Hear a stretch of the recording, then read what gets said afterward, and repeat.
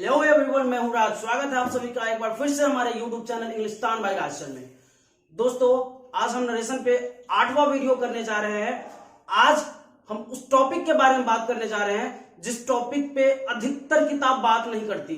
अधिकतर किताबों में इस टॉपिक को छोड़ दिया जाता है, इसलिए इस वीडियो के अंत तक बने रहिएगा मेरे साथ, क्योंकि अगर एग्जाम में इस टाइप के क्वेश्चन को डील करना है तो किसी भी किताब से आपको मदद नहीं मिलने वाली। इसलिए इस वीडियो में लास्ट तक बने रहेंगे मेरे साथ और देखते हैं कि कैसे एक ऑप्टेटिव सेंटेंस को डायरेक्ट से इनडायरेक्ट स्पीच में कन्वर्ट करते हैं। तो सबसे पहले समझते हैं कि क्या होता है ऑप्टेटिव सेंटेंस। दोस्तों, ऑप्टेटिव सेंटेंस उस सेंटेंस को कहते हैं जिससे ब्लेसिंग्स मतलब कि आशीर्वाद या अभिशाप, कर्स या इच्छा, विश या डिजायर या प्रेयर, प्रार्थना व्यक्त होता है। इन सारी चीजों को व्यक्त करने के लिए ऑप्टेटिव सेंटेंस का इस्तेमाल करते हैं हम। और ऑप्टेटिव सेंटेंस आमतौर पे इस फॉर्मेट में होता है, may, might plus subject plus verb one plus other words वाला फॉर्मेट में होता है। ध्यान रखेंगे, मे माइट शुरुआत में है, उसके बाद सब्जेक्ट है। बावजूद इसके ये जो सेंटेंस है ये इंटरोगेटिव नहीं है, लास्ट में क्वेश्चन मार्क का इस्तेमाल नहीं होता, यहाँ पे फुल स्टॉप का इस्तेमाल होगा या फिर साइन ऑफ एक्सक्लेमेशन ये वाला का इस्तेमाल होगा। दोनों में से किसी एक का इस्तेमाल होगा। आमतौर पे फुल स्टॉप का इस्तेमाल होता है।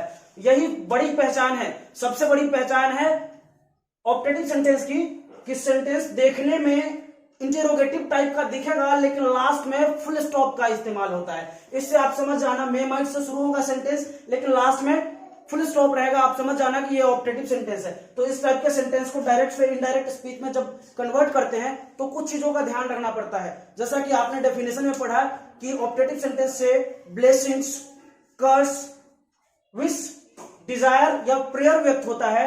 तो वही करेंगे जिस सेंटेंस से ब्लेसिंग्स व्यक्त होगा। उस सेंटेंस के रिपोर्टिंग वर्ब मतलब सेड या सेड टू को क्या करेंगे कि ब्लेस में बदल देंगे। अगर जिस सेंटेंस से कर्स व्यक्त होगा उस सेंटेंस का रिपोर्टिंग वर्ब बोले तो सेड या सेड टू को कर्स में बदल देंगे। अगर किसी सेंटेंस से विश का बोध होता है, विश व्यक्त होता है मतलब कि शुभकामना व्यक्त होता है, इच्छा व्यक्त होता है, तो उसके रिपोर्टिंग वर्ब सेड या सेड टू को विश में बदल देंगे।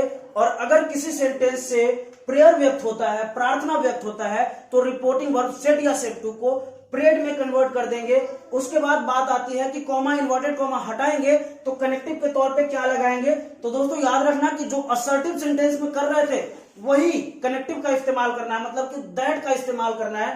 दैट कनेक्टिव लगेगा इसमें भी। उसके बाद क्या है कि दैट के बाद जब आप सेंटेंस को रखोगे, मतलब रिपोर्टेड स्पीच के सेंटेंस को जब रखोगे इनडायरेक्ट में, तो ध्यान रखना कि उसको असर्टिव वाला फॉर्मेट में, मतलब कि सब्जेक्ट प्लस मे या might plus verb one plus other word plus full stop वाला फॉर्मेट में रखेंगे, फुल स्टॉप वाला फॉर्मेट में रखेंगे।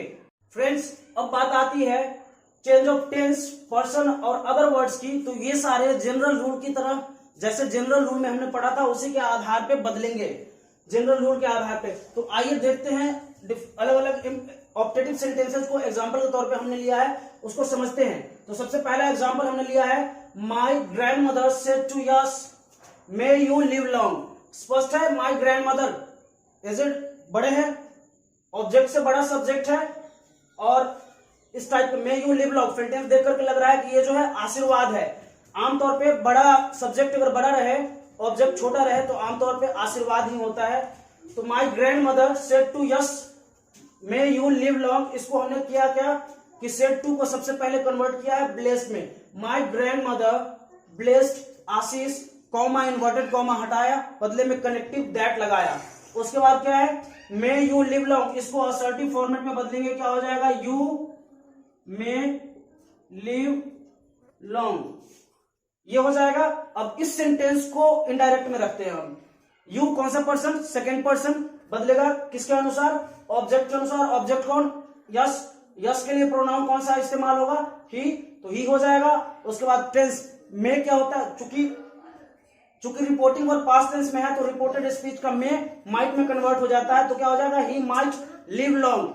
अगला एग्जांपल समझते हैं, the old lady said to the thief may you die tonight. अब देखिए यहां पे the old lady said to the thief, एक बूढ़ी औरत चोर को कहती है कि तुम आज रात मर जाओ।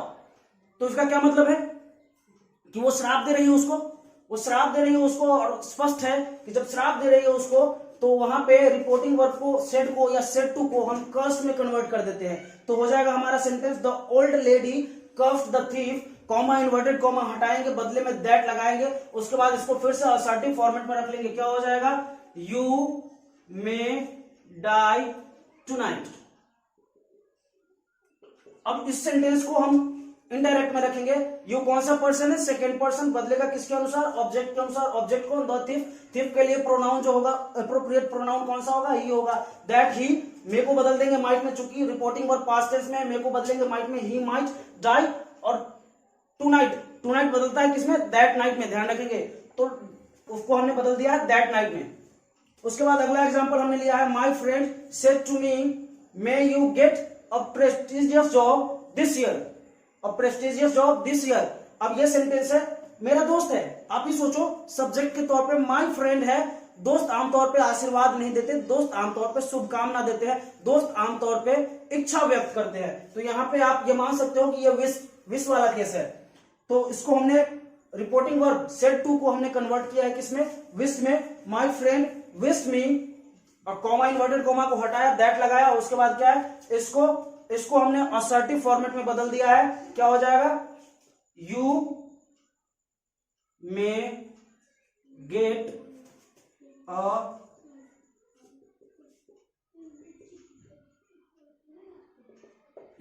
अ प्रेस्टिजियस जॉब दिस ईयर। इसको हमने असर्टिव फॉर्मेट में बदला है। तो क्या हो जाएगा? यू सेकेंड पर्सन है, फिर से यू सेकेंड पर्सन बदलेगा किसके अनुसार? ऑब्जेक्ट के अनुसार। ऑब्जेक्ट कौन? मी के अनुसार बदलेगा। तो क्या हो जाएगा?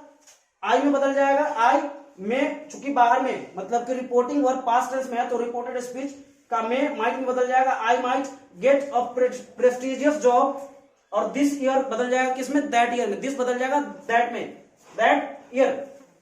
अब अगला एग्जांपल लिया है हमने, my mother says may everybody be happy. मेरी मां कहती है कि हर कोई खुश रहे। अब इसको स्पष्ट रूप से देख सकते हो कि ये जो है, ये सेंटेंस प्रेयर वाला सेंटेंस है, स्पष्ट रूप से पता चल रहा है। तो यहाँ पे हमने लिया है, आप देख सकते हो कि बाहर में रिपोर्टिंग वर्ब जो है वो सिंपल प्रेजेंट टेंस में है, मतलब कि प्रेजेंट टेंस में है। तो क्या होगा? उसका टेंस नहीं बदलेगा, रिपोर्टेड स्पीच का टेंस नहीं बदलेगा। और चूंकि ये प्रेयर वाला सेंटेंस है, तो क्या करेंगे? प्रे में बदल देंगे, माई मदर प्रेज, और उसके बाद कॉमा इन्वर्टेड कॉमा हटाएंगे, बदले में कनेक्टिव लगाएंगे दैट।